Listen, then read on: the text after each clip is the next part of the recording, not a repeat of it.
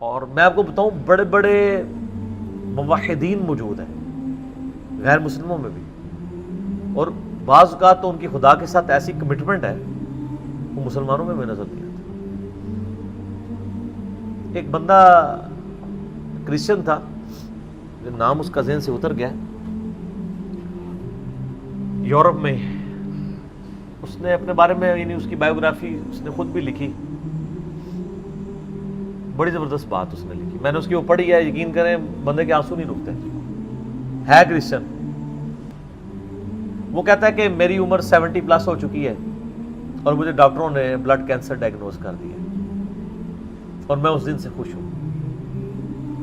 کہتے ہیں میں نے یہ بھی دیکھا ہے میرے ساتھ کتنے میرے لوگ ایک ایک کر کے فوت ہو گئے، اور میرے دوستوں کو جب کبھی کوئی بیماری کا پتہ چلتا تھا کہ تمہاری زندگی کے اتنے دن رہ گئے ہیں تو وہ لگتا تھا اس اتنے دنوں سے پہلے ہی مر جائے گا غم سے، کیونکہ اس نے دنیا کی زندگی کو سب کچھ سمجھا ہوا تھا۔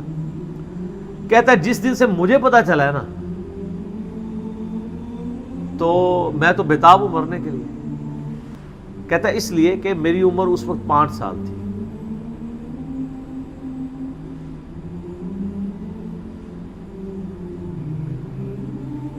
جب میں نے پہلی دفعہ یہ چیز سنی تھی کہ مجھے کسی نے پیدا کیا ہے اور اس گارڈ کی ڈیمانڈ ہے کہ میں ہفتے میں ایک دن سنڈے کا دن اس کو دوں، اور کہتا ہے آج میری عمر 70 سال ہو چکی ہے، میری زندگی میں کوئی ایک سنڈے بھی ایسا نہیں آیا میں نے دنیا جان کی اپنی روٹینیں چھوڑ کے سنڈے کے دن میں نے پورا دن گاڈ کو دیا اللہ کے لیے، میں نے کبھی اس پہ کمپرومائز نہیں کیا، بڑے سے بڑے معاملات بھی ہیں۔ تو کہتا ہے مجھے امید ہے کہ جس گاڈ کے لیے میں نے اتنی کمٹمنٹ کے ساتھ زندگی گزاری ہے اور میں نے اس کے اوپر کسی کو کمپرومائز نہیں کیا، وہ مجھے رسوا نہیں کرے گا۔ تو کیا ہمارے مسلمان بھی یہ دعویٰ کر سکتے ہیں؟ کتنے مسلمان جو کہ جی ہم نے جب سے سنا ہے کہ 5 وقت کی نمازیں ضروری ہیں، میری زندگی کی ابھی نماز نہیں کوئی چھوٹی۔ ایسے لوگ جو خدا کے ساتھ کمٹمنٹ رکھنے والے لوگ ہیں،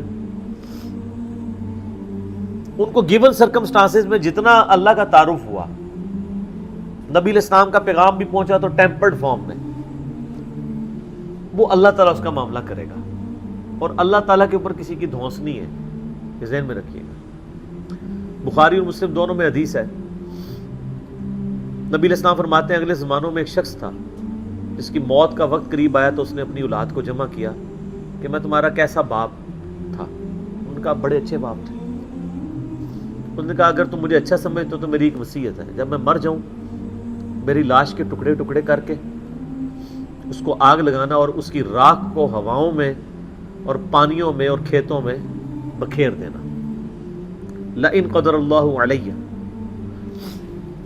اگر اللہ تعالیٰ نے مجھ پہ قدرت پا لی تو مجھے ایسا عذاب دے گا کہ کسی کو نہیں دیا ہوگا۔ یعنی وہ سمجھتا تھا میں خدا کے لیے وہ کمٹمنٹ کی زندگی نہیں گزار سکا۔ یہ حدیث بخاری مسلم دونوں میں ہے، مشکات میں دوسری جلد میں اللہ کی رحمت کے بیان میں آپ کو ملے گی۔ نبی علیہ السلام فرماتے ہیں جب وہ فوت ہو گیا اس کے پچھلوں نے یہی کچھ کیا، تو اللہ تعالیٰ نے ہواؤں کو پانیوں کو حکم دیا کہ اس کی راکھ سمیٹو، راکھ سمیٹی گئی، اللہ نے اسے زندہ کر لیا۔ اللہ نے کہا ہاں بھائی جس چیز سے بھاگ رہا تھا وہی چیز سامنے آ گئی، یہ تو نے کیوں کیا؟ اس نے کہا یا اللہ میں تجھ سے بڑا ڈرتا تھا، میں اس طرح کی زندگی نہیں گزار سکا۔ اللہ نے فرمایا تیرا یہ یقین تھا کہ تجھے کوئی پوچھے گا؟ بس اتنی بات ہے۔ کہاں یا اللہ تھا، اور میں یہ سمجھتا تھا کہ اس طرح اگر میری راکھ یعنی کہ بکھیر دی جائے گی مجھے زندہ نہیں کر پائے گا، حالانکہ یہ عقیدہ کفر ہے، لیکن یہ کفر جزوی ہے، کلی نہیں ہے۔ کلی کفر یہ ہے کہ کوئی شخص کہے کہ مردے کو اللہ زندہ نہیں کر سکتا۔ اسی لیے میں کہتا ہوں یہ مسلمانوں میں جو جزوی شرک آیا ہوا ہے نا، تھوڑا ہاتھ والا رکھا کرے۔ جب تک کوئی اللہ کو، اللہ اور محمد کو عبداللہ مان رہے نا، اگر چھوٹے موٹے اس میں شرک آئے ہوئے نا، تھوڑا سا ہاتھ والا رکھیں، آپ ہاتھ والا رکھیں، اللہ کا معاملہ اس کا معاملہ اس کو سمجھائیں ضرور، اس کا شرک جزوی ہے، کلی نہیں ہے۔ کہ یا اللہ اسی لیے تو میں نے کہا تھا لئن قدر اللہ علیہ، اگر اللہ نے میرے پہ قدرت پا لی تو میں تجھ سے ڈر گیا تھا، تو اللہ نے میں تجھے بخش دیا۔ اللہ کو تو کوئی نہیں پوچھ سکتا نا کہ کسی کو گیون سرکمسٹانسز کیا دیے تھے، ان سرکمسٹانسز کے اندر اس نے کتنا بیسٹ پرفارم کیا۔ اب مسلمانوں کو بھی ذرا دیکھنا چاہیے کہ ان کو گیون سرکمسٹانسز کیا دیے گئے ہیں۔ ہم بالکل دین کے کنارے کنارے چل رہے ہوتے ہیں منافقین کی طرح۔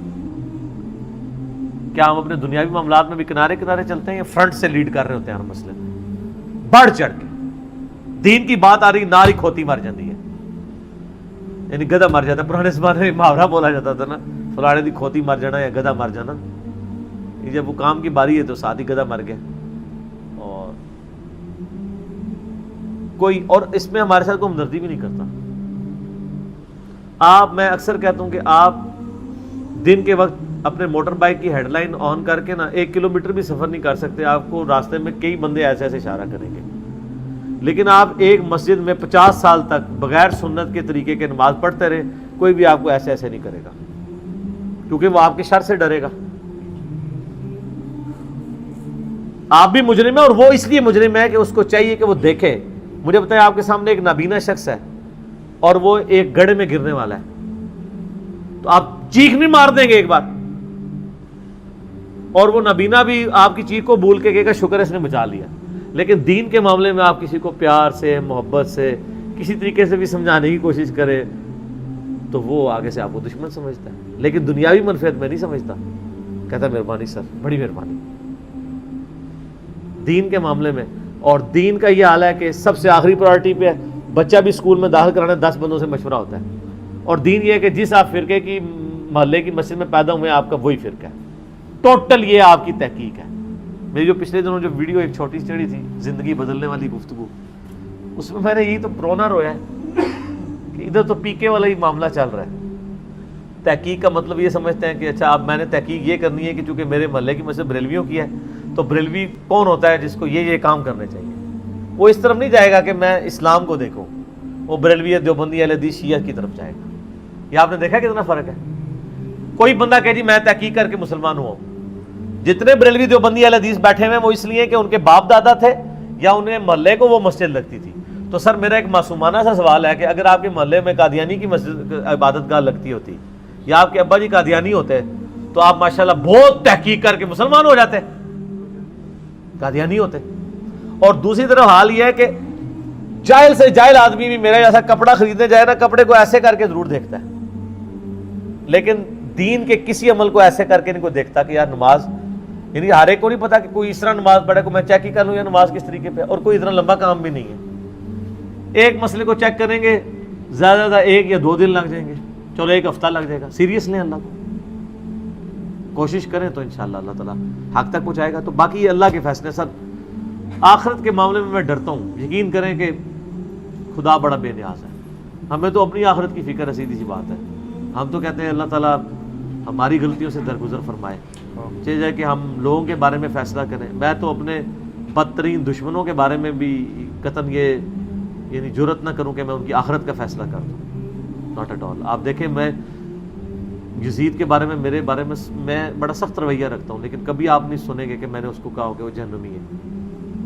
آخرت کا فیصلہ اللہ نے کرنا ہے۔ دنیا میں ڈنگے کی چوٹ پہ جس نے غلط کیا اسے غلط کہیں گے۔ آخرت کا معاملہ جو ہے وہ چونکہ اللہ کے پاس ہے، اللہ کا فیصلہ ہے جس کے ساتھ جو معاملہ کرے۔ تو صرف جو دنیا کی جوڈیشری میں مقدمہ پیش کر کے آپ نے نہیں جیتنا، اللہ تعالیٰ نے صرف شواہد کی بنیاد پہ فیصلہ نہیں کرنا، گیون سرکمسٹانسز بھی دیکھنا ہے۔ میں اس کی چھوٹی سی مثال آپ کو دیتا ہوں، آپ بھی اس کو مانیں گے۔ مجھے بتائیں، ایک شخص خانہ کعبہ شریف سے 2 کلومیٹر کے فاصلے پہ اس کی کوٹھی ہے اور اس کا مکے میں کروڑوں کا بزنس ہے، اس کے پاس 3-4 ایئر کنڈیشن گاڑیاں ہیں، اور وہ ایئر کنڈیشن گاڑی میں بیٹھ کے ساری نمازیں آ کے حرم شریف میں پڑھتا ہے، کام جو اور کوئی نہیں۔ 1 لاکھ نماز کا ثواب یا 1000 نمازوں کا ثواب یا 10,000 نمازوں کا ثواب لے رہا ہے۔ اور ایک شخص پاکستان میں ہے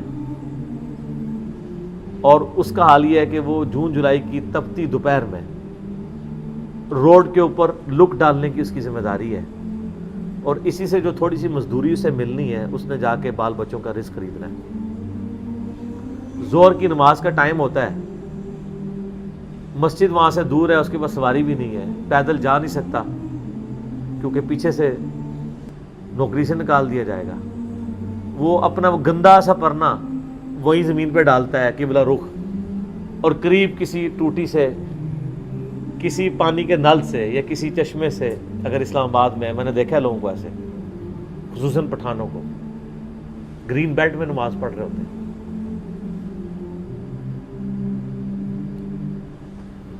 اور وہاں پہ بغیر جماعت کی وہ قبلہ رخ کھڑے ہو کے نماز پڑھ لیتا ہے. آپ یہ کہیں گے کہ اس کو 1 لاکھ ضرب 27 جماعتیں 27 لاکھ نمازوں کا ثواب مل رہا ہے اور اس بیچارے کو 1 نماز کا ثواب مل رہا ہے. میتھمیٹیکلی تو آپ کی ایکویشن ٹھیک ہے، لیکن اللہ نے تو گیون سرکمسٹانسز بھی دیکھنے ہیں. یہی وجہ ہے کہ نیکیاں تولی جائیں گی، گنی نہیں جائیں گی. گننے میں آئے تو سعودیہ والا پار، اور تولنے پہ آئے تو اس کی 1 نماز اس کی 27 لاکھ نمازوں میں باری ہو جائے گی. جی سر، 1 روپے کے 1000 نوٹ پڑے ہوئے ہوں اور دوسری طرف 5000 کا ایک نوٹ پڑا ہوا ہو تو ورتھ کس کی زیادہ ہے؟ 1 نوٹ کی. یہ 1000 اس کا مقابلہ نہیں کر رہے.